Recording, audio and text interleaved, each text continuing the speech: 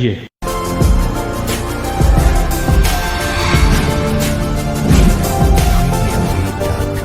Welcome back.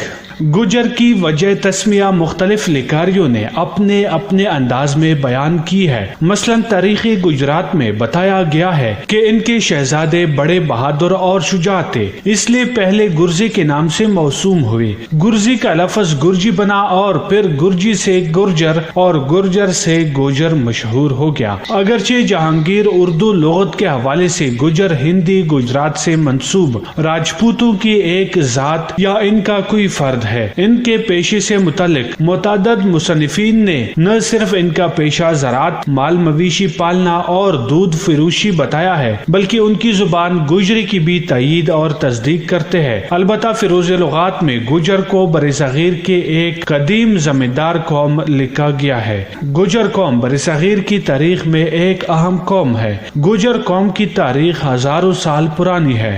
یہی وجہ ہے کہ اس کے تمدن و معاشرت، اس کے رسم و رواج اور اس کی بدوباش پر اکثر اہل قلم حضرات نے کافی تحقیق کی ہے۔ اگر بعض تاریخ دانوں کی روح سے راجا گیرا کو گوجر مانا جائے تو یہ بات اس دلیل پر مہر ثبت ہوگی کہ گجر گندھارا کے قدیم باشندے ہیں۔ مسٹر ڈی آر بندارکر کی تحقیق بتاتی ہے کہ یہ قوم نہ صرف بہت ہی پرانی وقتوں کی ہے بلکہ اس کے افراد وسط ایشیا کے جنوبی حصے کے علاوہ ایشیا اور یورپ کے ملحقہ ساحل پر بھی آباد تھے۔ چینی مورخ ہیون سانگ کے مطابق ہندوستان میں گوجر سلطنت مشرق سے مغرب میں 833 میل تک پھیلی ہوئی تھی، جس کا دارالخلافہ بن مال تھا۔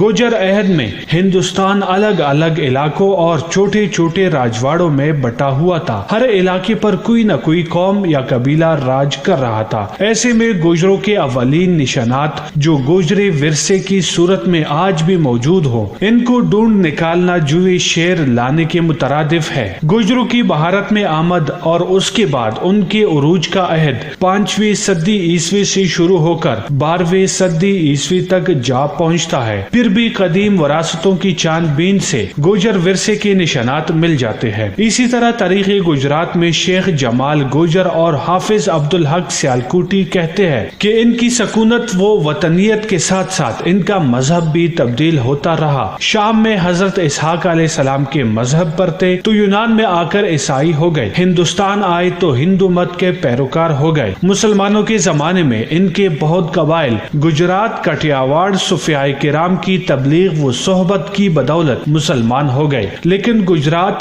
دکن، دہلی کے نواحات اور صوبہ یو پی، اتر پردیش کے اکثر گجر ابھی تک قدیم ہندو مت پر قائم ہے، جن کے بارے میں مشہور ہے کہ مغل بادشاہ اکبر کے زمانے میں یہ اکثر خانہ بدوشی کی زندگی گزار رہے تھے اور ایک کے دکے حملے بھی کر دیا کرتے تھے۔ اکبر بادشاہ نے دہلی کے قریب ان کے نام پر گجرات شہر آباد کر کے ان کو اجتماعی زندگی بسر کرنے کی طرف توجہ دلائی، ساتھ ہی ان کی وجہ سے مسافروں اور راہ گزاروں کو بھی آرام ملا۔ ہندوستان میں ان کی موجودگی کے بارے میں تاریخ دانوں کے مابین الگ الگ آراء پائی جاتی ہے۔ کچھ مورخین کا خیال ہے کہ یہ قبیلے دراصل ہندوستان کے قدیم ترین باسیوں میں سے ہے جو بعد میں آنے والی نسلوں کے ساتھ مل گئے ہوں گے، جبکہ کچھ کا ماننا ہے کہ یہ عرب، ایران یا ترکی سے آئے۔ زیادہ تر مورخین کے مطابق یہ لوگ جارجیا یعنی گورجستان سے بھارت میں داخل ہوئے اور پورے شمالی ہند میں پھیل گئے۔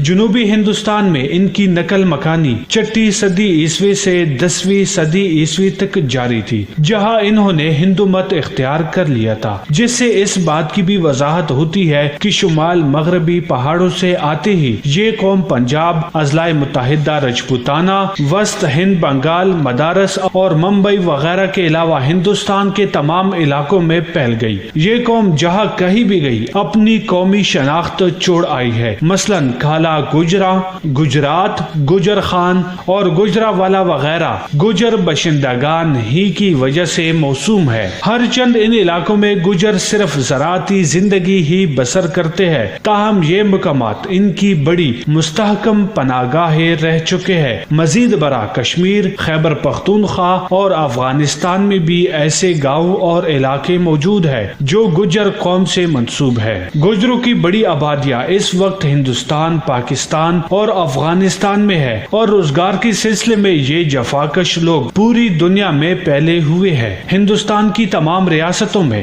گوجروں کی قابل ذکر آبادی موجود ہے۔ پاکستان کے تمام صوبوں اور قبائلی علاقوں میں یہ لوگ آباد ہے۔ افغانستان میں بھی گوجروں کی خاطر خواہ آبادی موجود ہے۔ ریاست جموں و کشمیر کے گجر مذہب اسلام کے ماننے والے ہیں، جبکہ ہندوستان میں گوجروں کی ایک بڑی تعداد ہندو مت مذہب سے تعلق رکھتی ہے۔ بھارت میں سکھ، جین اور پارسی گوجر بھی موجود ہے۔ جی دوستو، یقیناً یہ گوجروں کی مکمل تاریخ نہیں ہے اور نہ ہی ایک چھوٹی سی ویڈیو میں مکمل تاریخ بیان ہو سکتی ہے۔ یہ گوجروں کا مختصر سا تعارف تھا۔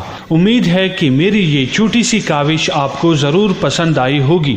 جی دوستو، امید ہے کہ یہ ویڈیو آپ کو ضرور اچھی لگی ہوگی، لہٰذا اس ویڈیو کو لائک کر کے اس بارے میں اپنی رائے کا اظہار ضرور کیجیے، اور اگر آپ نے ابھی تک ہمارا چینل سبسکرائب نہیں کیا ہے تو ابھی سبسکرائب کر کے گھنٹی کے نشان کو دبائیں تاکہ ہر نئی آنے والی ویڈیو آپ تک آسانی سے پہنچ سکے۔ اگلی ویڈیو تک اپنا اور اپنے پیاروں کا بہت سارا خیال رکھیے گا۔ باسط راہی کو اجازت دیجیے۔ اللہ نگہبان۔